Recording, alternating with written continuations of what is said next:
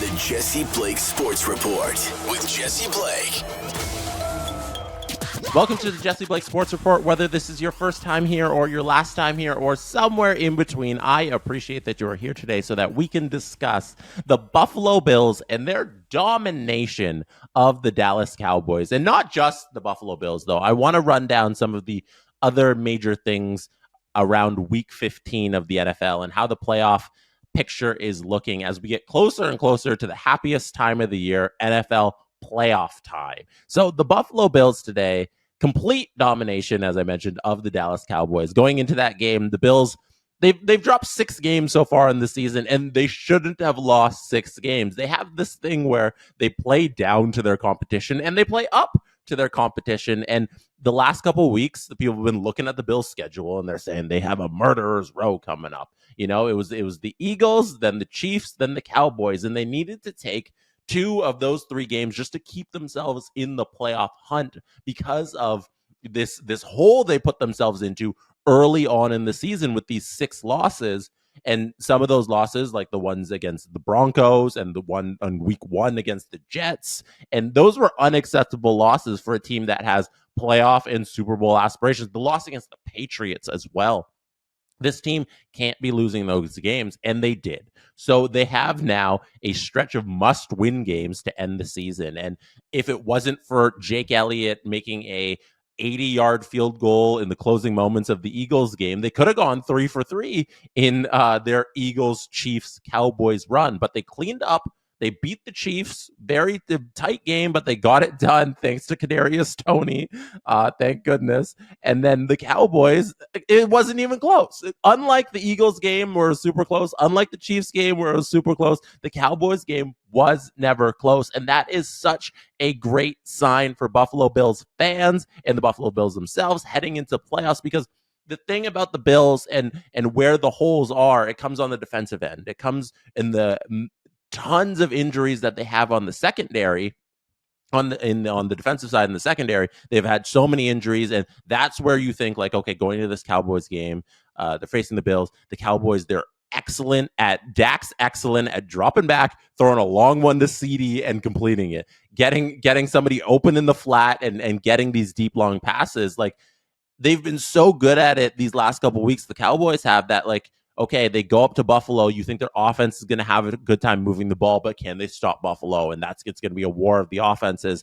But no, the Buffalo defense showed up and they stopped the Cowboys.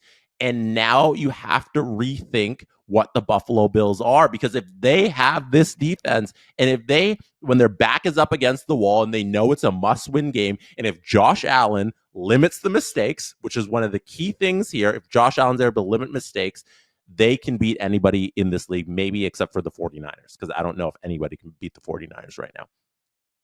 Other key part of this whole thing, James Cook.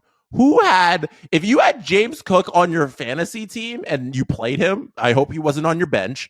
Like, congratulations, you're into the semifinals of your fantasy league, because James Cook went off. And having that layer, Josh Allen said it in the post-game presser. It was pretty fun. It was a great line where he's like, he felt like the kid in the class project who just got to show up and they got a great grade because they won that game on the back of their running game. When have the Bills ever done that? The Bills won with their running game and their defense. That is not Buffalo Bills football. Buffalo Bills football is, we're going to make a bunch of mistakes, but Josh Allen's going to bail us out with a couple deep bombs, and it's going to go good, and he's going to scramble, he's going to make a nice play, and then our defense is going to have a bunch of holes and allow a whole bunch of points, but we're going to outscore our competition and barely win. That's not the win they had today, and that's why today's win is so impressive. It was a football game that they won that you can see, like, that is a team that can win those games in the playoffs, because the way they've been winning previously hasn't worked to get them to the Super Bowl. But this win against the Cowboys is a real win. Now, on the other side, you say, okay, the Cowboys, they're coming off of their biggest week against the Eagles. This is where they take a step back. They don't really care about this game, but, like, the Cowboys are in it to win it. They still have to fight for home field. They haven't clinched anything yet. They've clinched a playoff spot, but they are still fighting for home field. And now they're kind of like sitting back, and I don't think they're not the front runners for the division. They never were. If the Eagles cleaned up the rest of their schedule, they would be the division winners. And tomorrow the Eagles play on Monday night, so we don't know how their week has gone. But the Eagles are 11-3, and the Cowboys are 10-4 going to the last 3 weeks of the season. Like the division for them is kind of out of reach. I'd say it's not like super out of reach, but it's a little unlikely. Like, I don't think they'll get it. So this game was important for the Cowboys. You want that division win. You want to be that second seed behind the 49ers, who may never lose again. So there was something to fight for in the Cowboys. Also, just like every NFL team is fighting to win. Like, I don't buy the idea that this was kind of like a giveaway game for the Cowboys and that they weren't really up for it. Not every team wants to win, and Dak's got a lot to prove. I'm sure Dak wants that MVP in him, and then the entire Cowboys team laying this egg here, and their defense not showing up to stop the Bills definitely hurts Dak in that MVP conversation and hurts the Cowboys in their Super Bowl conversation. So great win today by the Buffalo Bills. You love to see them add that extra layer to their offense. It's James Cook, if I don't know where it came from, but if that is now a weapon that the Bills have consistently week in to week out, they're going to be real tough to eliminate. And they have to get to the playoffs first. That's the thing about the hole they dug themselves in, is that they have to get to the playoffs before we even talk about the playoffs games. That's still a thing they have to do. And they got 3 games left. They got the Chargers, they got the Patriots, they got the Dolphins. All 3 of those games, sorry, I yelled a little into the mic. All 3 of those games, I did it again. There we go. All 3 of those games are winnable. The Chargers just fired Brandon Staley. Easton Stick is their quarterback. The Chargers should not win another game this season. The Patriots are like, they're talking about firing Bill Belichick in that they already got his successor lined up. And then, so like, I don't know what the Patriots are thinking. Like, Bailey Zappi shouldn't be beating anybody right now. So that is definitely a winnable game. And then you have the Dolphins in week 18. And who knows if the Dolphins, like, if they win out in their own right, they could be easily not fighting for anything in that week 18, and they could sit Tua. Like, Tua could play a half of football, a quarter of football, or maybe even not the whole game. So that 18 is up in the air. It could also be for the division, depending on how these games go. It could be Miami versus Buffalo, and winner gets the division there. So there's a lot riding on these next couple of weeks for the Bills because of the 6 losses they put up early on, which were, well, I should say the 5 losses early on, because they got to that Eagles game, and that Eagles game was close, and they could have definitely won that. So the Bills in a little bit of a hole, but they got 2 of the 3 games in the murderer's row of the Eagles, Chiefs, and Dallas Cowboys. So it's looking good, and they can easily be 10-6 going into the final week of the season against the Dolphins. If the Dolphins drop a couple, they could also be 10-6. They could be 11-5. And then the Dolphins hold the tiebreak, though. I'm 99% sure that, the Dolphins own the tiebreak, it looks like. So the Bills would have to need the Dolphins to lose the next 2 to fight for that division if they're tied there. But an 11-6 record for the Bills definitely get them into a playoff spot. 10-6, who knows? Because the AFC is really tight here. Looking at the picture, Ravens are the 1 seed, Dolphins are the 2, Chiefs are the 3, Jags are the 4. Those are your 4 division winners right now. And then, 1, 2, 3, 4. Yeah, I did 4. Okay, and then the 3 wild cards are the Browns, Bengals, Colts. So one of those teams is going to have to drop off, and the Bills are going to have to steal one of those spots to get into the playoffs. Cross off teams. I'm already out on the Steelers. Like, I think we can jump ahead now to the Steelers conversation that we need to have, and we can move off the Bills. Final thing to say, great win. Great win is looking pretty for the Bills heading into the playoffs. One thing, before I get to the Steelers, one thing I always harp on with the NFL and the way football works, it's not about the team who's good during week 1 through 5, week 1 through 10 even. It's about the teams that are hottest and playing their best and healthiest heading into the playoffs. Those are the dangerous teams. Like, you can be good in week 5. You can look great for a whole bunch of weeks early on in the season. You can rack up some wins. But if you're not healthy and playing your best football on week 16, 17, and 18, then you're not going to do well in the playoffs. That's how you become a real contender for the Super Bowls, when you're playing well going into the playoffs. So the Bills are on that course right now. And speaking of teams that racked up wins early on and their play now late in the season isn't what it was, and it really never was that good, the Pittsburgh Steelers. The Pittsburgh Steelers aren't a football team. Like, this team is so bad, and I'm starting to question Mike Tomlin. It is sacrilegious to question a Pittsburgh Steelers quarterback or a Pittsburgh Steelers head coach. But Mike Tomlin is having one of the worst seasons I've ever seen out of a Steelers head coach, because they have been so consistent for decades. Their thing is, we have one QB, we have one head coach, we ride them for 20 years, and then we get turnover with the next great one and the next great one. Mike Tomlin, his decision-making these last couple weeks has been an abomination. And I'm talking one particular play that happened this week with the Steelers on Saturday was them choosing to punt the ball when they could easily just go for it or kick a long field goal in a game they were down by multiple scores. It made absolutely no sense. I get you got no faith in your offense, you believe in your defense, but they punted the ball away, and then they went. The Colts went all the way down the other side of the field. They drained most of the clock, and I sat there. I'm like, this isn't the Mike Tomlin I know. Like, Mike Tomlin's better than this, but that's what he decided to do. And Kenny Pickett, we've seen so far this season, isn't a starting quarterback. They need to rethink that position entirely.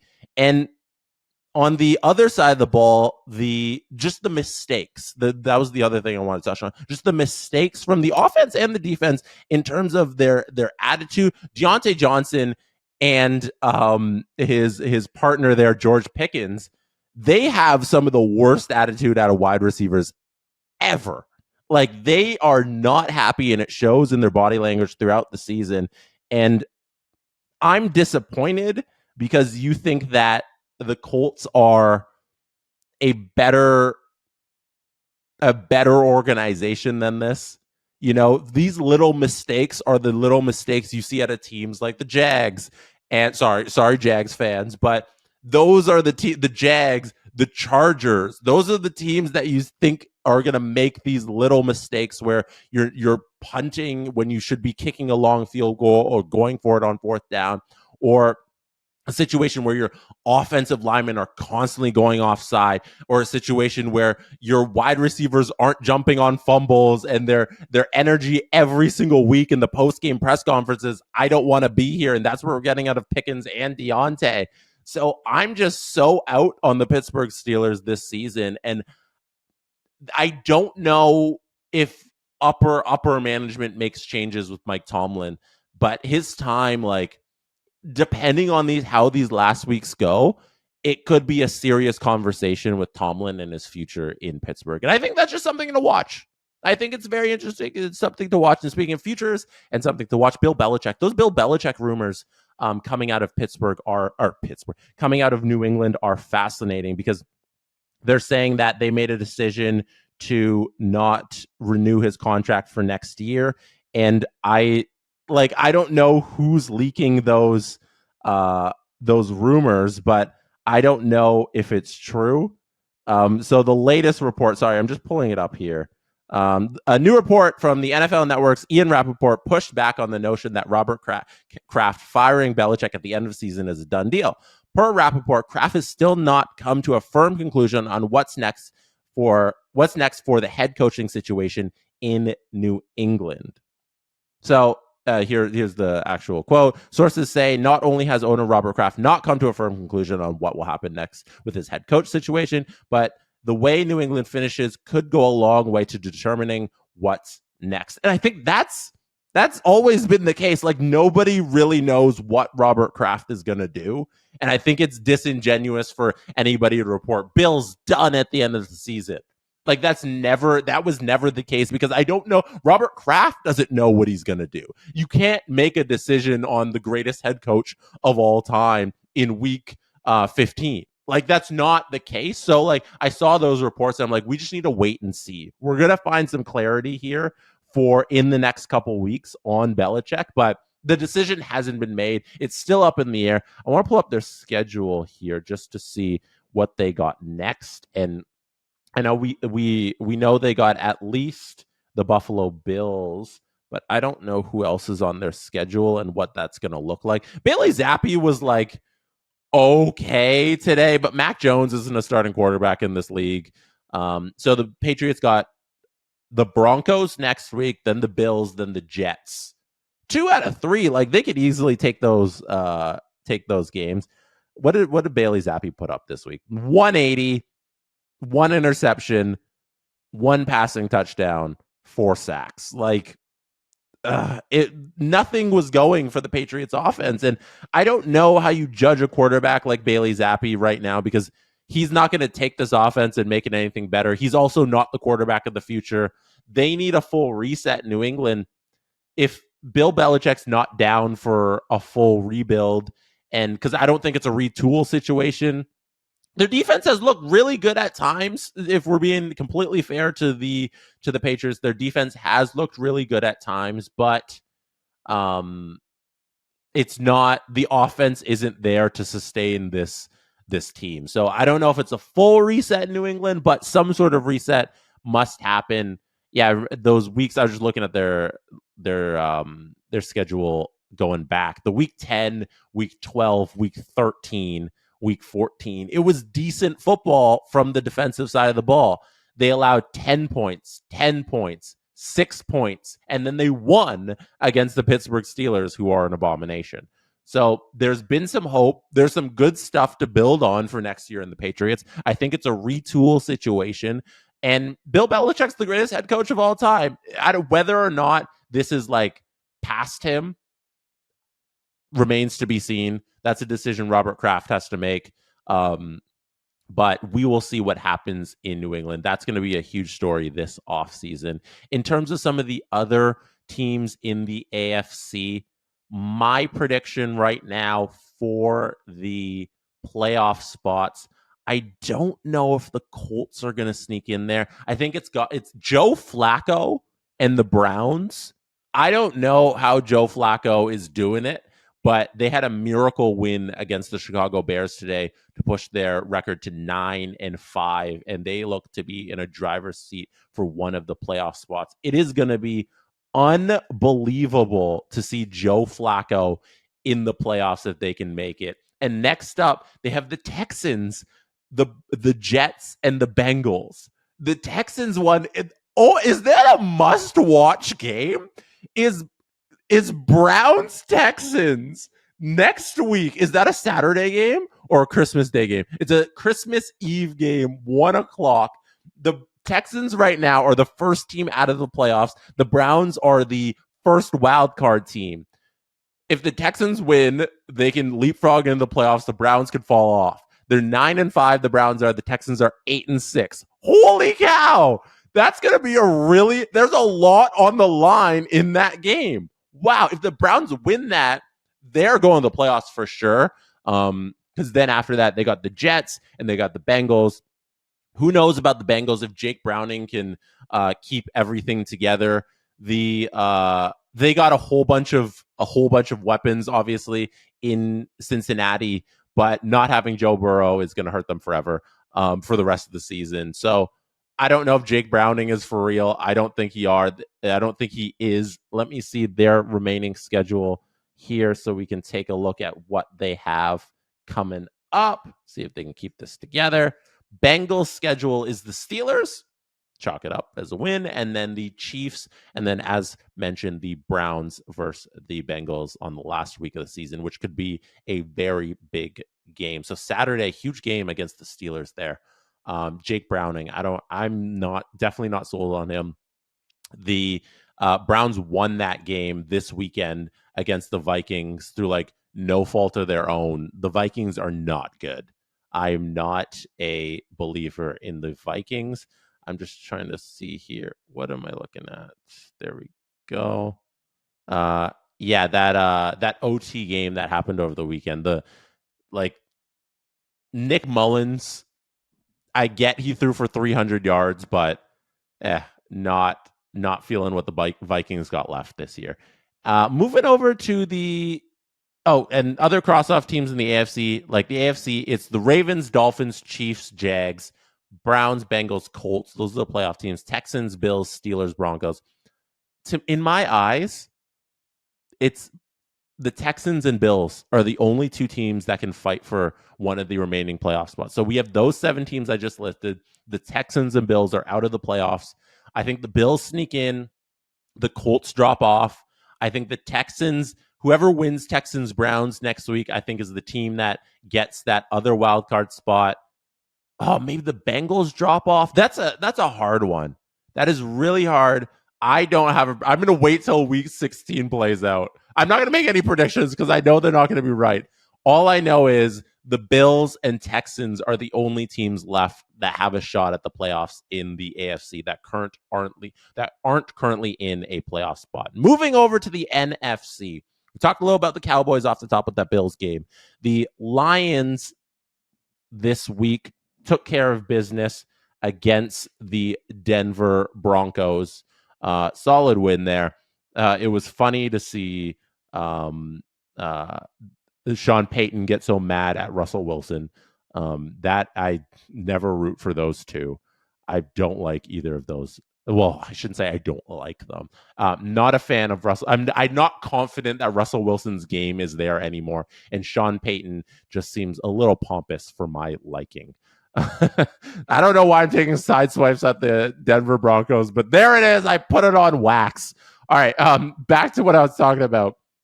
The NFC playoff picture. The 49ers, Super Bowl favorites in my book. I don't think I'm putting it. That's one prediction I'm making right now. I'm stamping that right now on the pod. Jesse Blake Sports Report predicts right now, currently, the San Francisco 49ers will win the Super Bowl.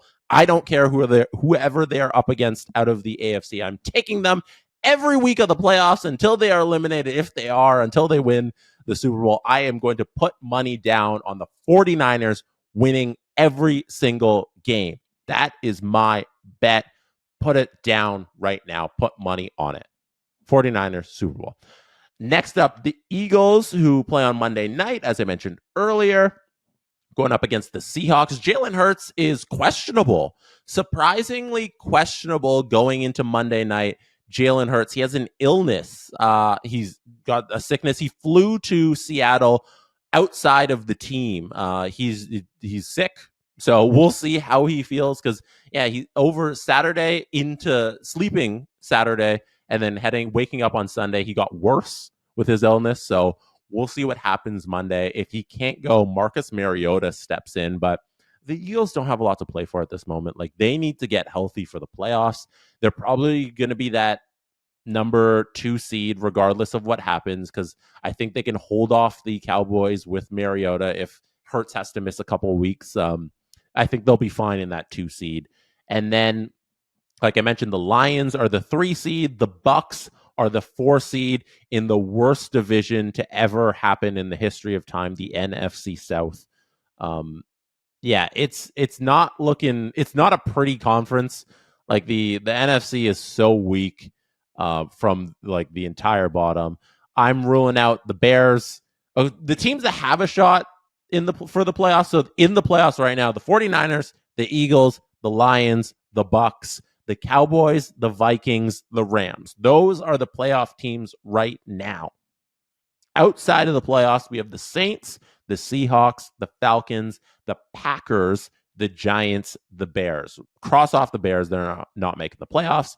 One thing I thought was very interesting was the Packers and their play over the last 2 weeks, because it looked like the Packers and Jordan Love were primed to do something. It looked like they were getting ready for a little push here at the end of the season to make a run for one of those playoff spots, and they have just fumbled the bag completely, getting absolutely manhandled by the Bucks this past weekend, and then the weekend before when they could not beat the Giants. Like, I thought, like, coming off of that Chiefs win that the Packers had, everybody was so high on the Packers. They went Chargers, Lions, Chiefs, 3 in a row, 3 wins in a row. And then Jordan Love and the Packers have gone lost to the Giants, lost to the Bucks. The Bucks look good. The Bucks are a good team. I believe in Baker Mayfield, weirdly. I believe in Mike Evans. Like, their defense is solid. I have nothing wrong with the Bucks. The Bucks are a legit playoff team. I'm picking them to win the NFC South because the Saints are so shaky. I have no idea if the Saints can hold it together. The Vikings, as I mentioned earlier, I'm not a fan of the Vikings because of how decimated they are. Their offense had so the Vikings whole thing, let's talk about the Vikings for a moment here, because I've watched a lot of Vikings football weirdly this season because I have a lot of their players across my fantasy football teams. Ty Chandler, wonderful for me this weekend. Jordan Addison on my bench, had a great week, didn't play him, regret that completely. I have Justin Jefferson in another league. JJ returned this weekend. Solid output, but like Addison was the star of the lineup, Addison and Chandler this past weekend. But the Vikings, their whole thing on defense is blitz, blitz, blitz, blitz, blitz. And they are very successful against teams that do not have a good quarterback. They can just blitz the hell out of them. The quarterback panics. They get into pressure. They make mistakes. It works. It works. It works. It works. Except it doesn't work against good teams. If you have a good quarterback that can handle the blitz, the Vikings defense can't do anything. And on the offensive side of the ball, who the hell is their quarterback going to be? What are they going to ride with for the rest of the season? Josh Dobbs was their third QB going into this game, and Nick Mullins is the new starter. Not having Kirk Cousins it hurts them so much because there's like little pieces there with the Vikings, but they're not that solid. Like I mentioned about their defense, they can beat up on bad teams, but their offense is so stagnant, and they have all the weapons at wide receiver, and Alexander Madison at running back has not had a good season. So him being out is actually helpful because Ty Chandler looks more explosive than Alexander Madison ever was all year. So that's been good. But Nick Mullins at quarterback, a defense that can't handle a good team. The Vikings are a little bit of frauds to me. So saying that, the Seahawks have blown a massive opportunity this year to sneak into a playoff spot because they could have easily been just like a decent team and stuck into that spot. I think the Saints might grab a spot from the Vikings, depending on how it goes. I'm not sure. Like the Saints, I think I want to take a look at their schedule here and see what they got coming up, because I think the Saints have enough in them to do this. It's the Bucks. They have the Rams next week, then the Bucks, then the Falcons. The Saints have a little bit of a tough schedule. That Rams team is going to be tough. I think the Rams are a playoff team. I think Sean McVay's not going to go down without a fight. I think the Rams, they might have a loss on their schedule because of the 49ers, but they're playing the 49ers in the final week of the season. So that game might not count for anything against the 49ers. So I can see the 49ers not playing anyone. Rams, Saints, Rams, Giants, Rams, 49ers. I think the Rams are a playoff team. They're going to get one of those 7 spots. The Bucks got it. So that leaves one spot, the Viking spot, for one of the Saints, Seahawks, Falcons, Packers. I think it might be the Saints at 7-7 because the Packers fumbled it too much. Those are my 7 NFC teams. Unlike the AFC, I think I can predict the playoffs in the NFC. 49ers, Eagles, Lions, Cowboys, Bucks, Rams, Saints. I think that's what we got. I'm crossing off the Vikings. I don't think they make it. Seahawks, I think they lose tomorrow to the Philadelphia Eagles, putting them at 6-8, making it a tough road back to the playoffs. Falcons already 6-8. I'm crossing off the 6-8 teams. Giants, Tommy DeVito's magic is going to run out. Don't believe in the Giants at 5-9, and the Bears, who are still technically in a playoff race, don't think they get it done either. So that's kind of what I'm thinking about for the NFC, and that's kind of what I'm thinking about Week 15 of the NFL. I think I covered a lot there. Covered a lot of football. I'm going to do one more of these check-ins, I think, on definitely the last week of the season, maybe going into the last week of the season. So maybe I'll do it Week 17. I'll come back with one of these, or we'll see. We'll see how it goes, depending on the news of the week that week. That's it for me today. Thank you for being here. Could have been anywhere in the world, but chose to be listening or watching this podcast right now, and I appreciate you for that. I will see you. I'm delaying. I did this at the end of the last podcast where I'm delaying because I think I have news to talk about, but I don't really have anything more to say. So that's it. Good night from Toronto. And that is how it's done. The Jesse Blake Sports Report with Jesse Blake.